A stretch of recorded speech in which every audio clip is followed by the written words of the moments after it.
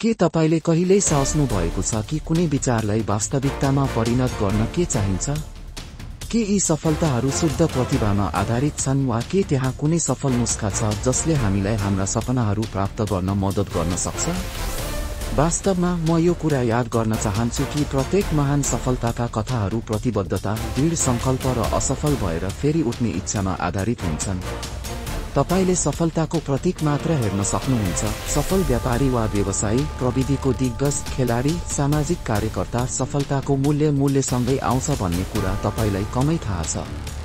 यी सबै व्यक्तिहरूले कलेज छोडे, असफलतापछि फेरि सङ्घर्ष गरे वा धेरै पटक असफलतापछि नयाँ सुरुवात गरे। यी जीवन परिवर्तन गर्ने कथाहरू त्यस्ता क्षणहरूले भरिएका छन् जसले बाधाहरूको बावजुद आफ्नो लक्ष्यहरू प्राप्त गर्ने दृढ संकल्प लिए र सफल भए।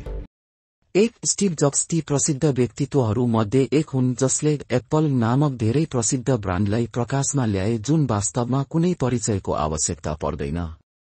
उनले पहिलो सेमेस्टर पछि कलेज छोडेर अटारी गए र आफ्नै कम्पनी सुरु गर्न पैसा बचत गरे। त्यसपछि प्रतिभाशाली इन्जिनियर स्टिभ बोजनियाकसँग मिलेर उनले 1976 मा एप्पल स्थापना गरे।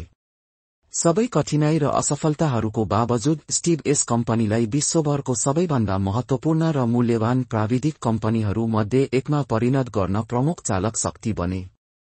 यो अविश्वसनीय प्रतिभाशाली व्यक्तिले उद्योगमा र हामीले हाम्रो दैनिक जीवनमा प्रविधि प्रयोग गर्ने तरिकामा अतुलनीय परिवर्तन ल्याए।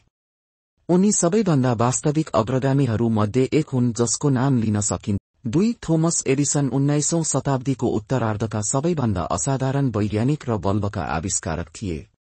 बाल्यकालमा उनले 12 वर्षको उमेरमा आफ्नै व्यवसाय सुरु गरे। उनले पत्रपत्रिका र फलफूल बेच्न थाले जुन स्रोत व्यवस्थापनमा उनको भविष्यको विशेषज्ञताको संकेत थियो।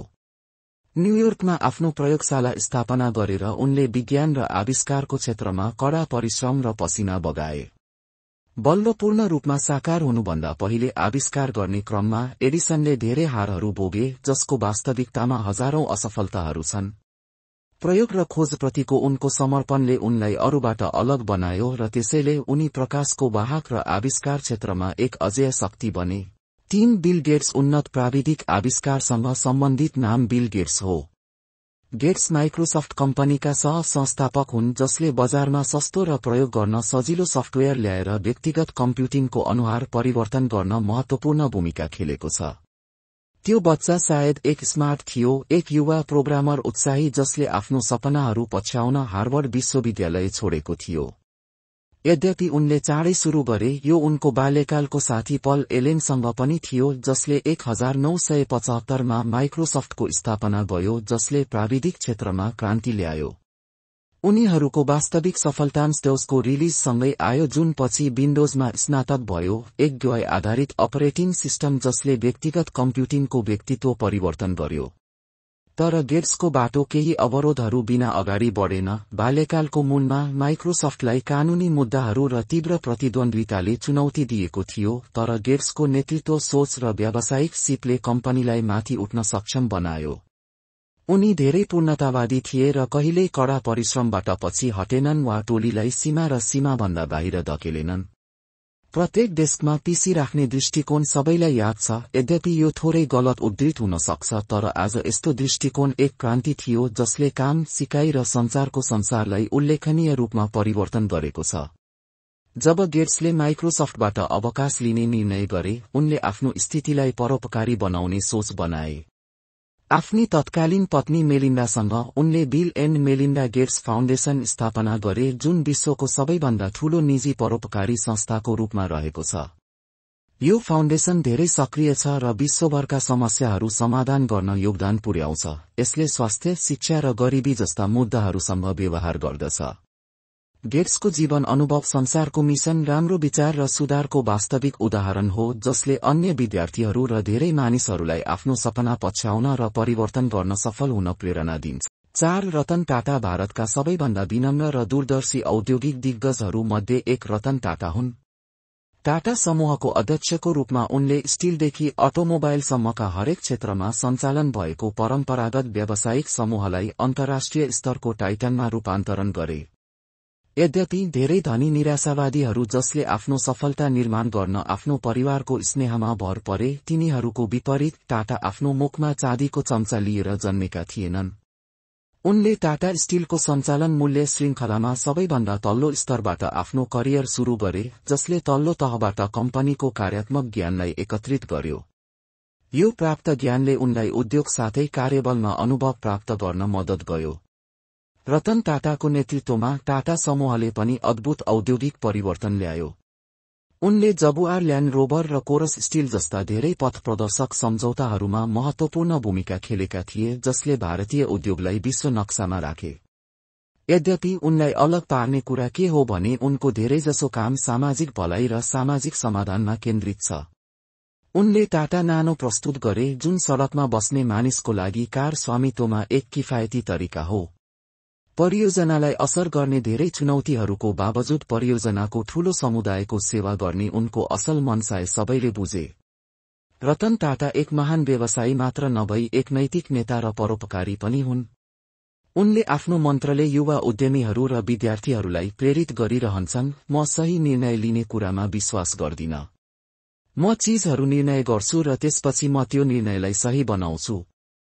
उनले प्रमाणित गर्छन् कि कोही पनि जहाँबाट आउन सक्छ। यो आवश्यक छैन कि तपाईको विशेषाधिकारले सफलतालाई जन्म दिन्छ, तर तपाईको मूल्य, नम्रता र तपाईले आफ्नो व्यवसायलाई संसारलाई प्रभाव पार्न कसरी प्रयोग गर्नुहुन्छ। 5 एलोन मस्क आधुनिक आविष्कारकको यो वर्णनको लागि उपयुक्त व्यक्ति एलोन मस्क हुन्, जसलाई वास्तवमा वास्तविक जीवनका आइरन म्यान टोनी स्टार्क भनेर चिनिन्छ। हाम्रो पुस्ताका सबैभन्दा महत्वपूर्ण व्यवसायीहरू मध्ये एक मानिने एलोन मस्कको आजको स्थानमा पुग्न सजिलो बाटो थिएन। दक्षिण अफ्रिकामा जन्मेका मस्क बाल्यकालमा विपन्न थिए र धेरै पटक धम्की दिएका थिए। उनी सुधारिएको जीवनको लागि अमेरिका बसाई सरेका थिए र पेन्सिल्भेनिया विश्वविद्यालयमा अध्ययन गर्ने योजना बनाएका थिए। यद्यपि उनी एक महान व्यापारिक दिमाग भएका मानिस थिए कि उनले प्राविधिक संसारलाई पूर्ण रूपमा अँगाल्न 2 दिनभित्रै स्ट्यानफोर्ड विश्वविद्यालय त्यागे। उनका पहिलो कम्पनीहरू Z2 र PayPal थिए, जसको माध्यमबाट उनले आफ्नो सम्पत्ति निर्माण गरे। यद्यपि उनको वास्तविक प्रभाव उनको साहसी र दूरदर्शी उद्यमहरू टेस्ला र स्पेसएक्ससँग आयो। मस्कले आलोचना र हजारौं असफलताहरू प्राप्त गरे, यद्यपि उनी अडिग रहे।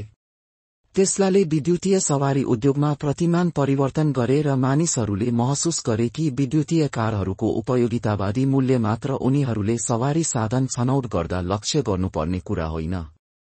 यद्यपि स्पेसएक्सका फराकिलो लक्ष्यहरू थिए वा हुन सक्थे, र यदि कसैले विचार गर्न समय निकाल्यो भने शाब्दिक ताराहरूमा उडिरहेको थियो।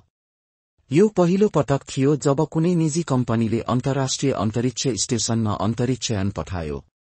एलोन मस्कले राखेको भव्य योजना अन्तरिक्ष जित्ने मात्र सीमित छैन, तर अन्तरिक्षमा बसोबासको लागि प्रगतिशील विचार सिर्जना गर्ने कुरामा पनि सीमित छ। उनले मानिसहरूलाई मंगल ग्रहमा पठाउने योजना बनाएका छन्, जसले गर्दा मानवजाति 2 ग्रहको प्रजाति बन्नेछ। उनको निष्कर्ष संसार यति धेरै प्रतिभाशाली र उत्कृष्ट व्यक्तिहरूले भरिएको छ कि कसैले कतैबाट प्राप्त नगरेको कुराको बारेमा सोच्न पनि सक्दैन। तिनीहरू सबैले आफ्नो विभिन्न क्षेत्रमा अतुलनीय योगदान पुर्याएका छन् र त्यसैले एउटै क्षेत्रमा उद्यम गर्न खोज्ने कुनै पनि सिकारुमा निरन्तर छाप छोडिरहेका छन्। चाहे तिनीहरूको करियर फेसन, मनोरञ्जन, खेलकुद वा व्यवसायसँग सम्बन्धित होस्, धेरै त्यस्ता व्यक्तित्वहरूले प्रमाणित गर्छन् कि यदि कोही साँच्चै केही चाहन्छ र प्रयास गर्छ भने सफलता प्राप्त गर्न सकिन्छ।